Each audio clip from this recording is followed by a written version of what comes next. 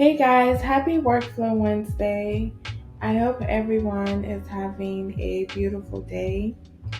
In continuation to our Flow Logic series, we are going to be talking about for loops in ServiceNow Flow Logic. Now, we talked about if-else statements 2 weeks ago, what they are and how to implement them within your flow. Now today we're going to be breaking down for loops, what for loops are and how to implement it within your flow. We're also going to be carrying on the knowledge that we learned about if-else statements and incorporating what we already know to what we're going to be learning today. Now, for loops are used to iterate, which means repeatedly go over. It's used to iterate over items or records, you can say records, in a collection. And what it does is it performs actions on each of these items or each of these records in that particular collection. Now, for our use case for today, what we're going to be doing is we have this scenario where whenever a new incident is submitted and if the priority is high, we're going to automatically send an email to all the members of the escalation team group, alerting them to work on the new ticket. So let's get to our Flow Designer to see how we're going to implement that. I have Flow Designer already pulled up, but to pull it up, you can search up Flow Designer, Workflow Studio, or Process Automation on your application navigator, and it will take you here. So what I'm going to be doing is just to give my flow a new name.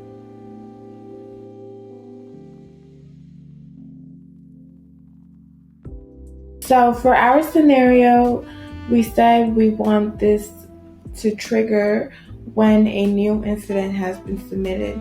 So we're going to select the created trigger, and for incident, for table, we're going to select the incident table. And we're done. That's all we needed to do for triggers. The next thing our scenario stated was if the submitted incident, if the priority is high on the submitted incident, so that means we are going to have to select our if flow logic to check if what we just stated is true, to check if the incident priority is high.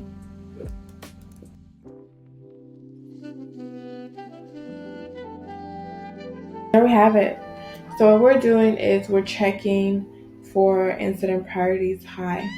And now what we also said is if the incident priority is high, automatically send an email notification to all members of the escalation team group. So in order for us to be able to send emails to them, we need to be able to get or look up records that have these users that belong to these groups, or look up these particular groups. So in order for us to look up this particular group, we need to use the lookup record action. So under our if statement, we would use the lookup records action.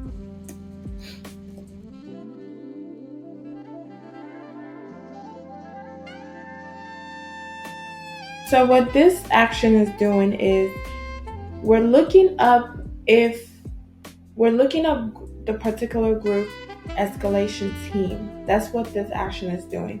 We're checking under the group member table for the group that is escalation team. So we're looking up those particular records from the group member table. So now that we have looked up and got those records,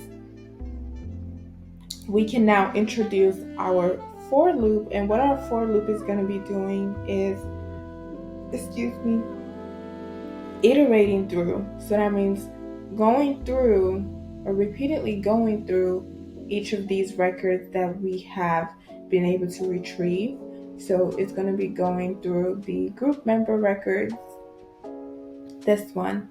So we're saying for each item in these records. So this is a collection right here, and we have items, records in this particular collection. So what our for loop is doing is going through this entire collection, going through the records, the particular records that we have stated in the collection, and then we are setting our action. So now that it's going through it, we need to allow it to perform some actions.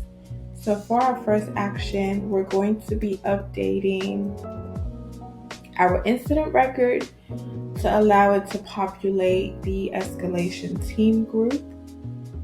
So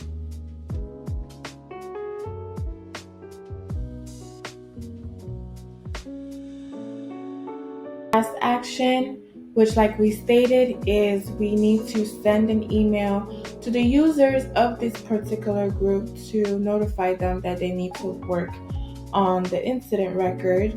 So we're going to look at send an email action.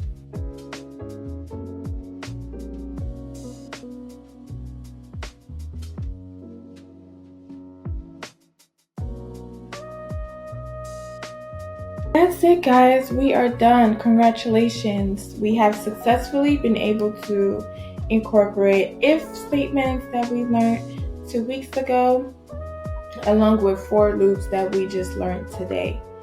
So let's quickly go over what we just did. We created our flow is getting kicked off or triggered when a new incident has been created. So, and then we're then checking if the incident priority is high. So when this has been created and the priority of the incident is high, if it's true, we're going to look up group member records where the group is particularly the escalation team. So when we get these records where the group is only escalation team, we're going over each of these records that we have gotten, and then we are performing some actions. So for each of these records, we're updating the incident record, and then we're sending emails to the users that belong to these group to alert them to work on the incident record. Make sense? Okay, perfect. So we are going to click on activate, and then we're going to test our flow logic.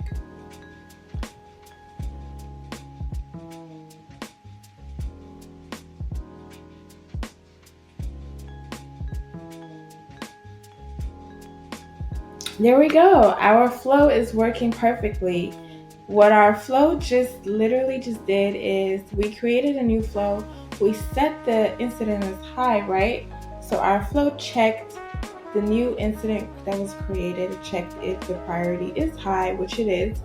And then it went to look up records that belong to the escalation team group. And then it set and updated our incident record based on our for loop, which we see right here. Our incident record has been updated with the escalation team. And if we go down to our work notes as well, we also see it right here. Our work notes were also updated. So lastly, we just need to check the emails, our email log, to see if the emails were sent to these groups to work on it. And there we go. Perfect. It was. We see these 3 users. So these 3 users belong to the escalation team group. That's why we see the notification right here that we have set on our flow. Let's just quickly click on one of them. And we see our subject that we set, and also the body right here that says, "Hello, kindly attend to this incident ticket." There we go. Congratulations. So we have successfully been able to incorporate for loop in our flow today, and also what we learned last 2 weeks about if statements.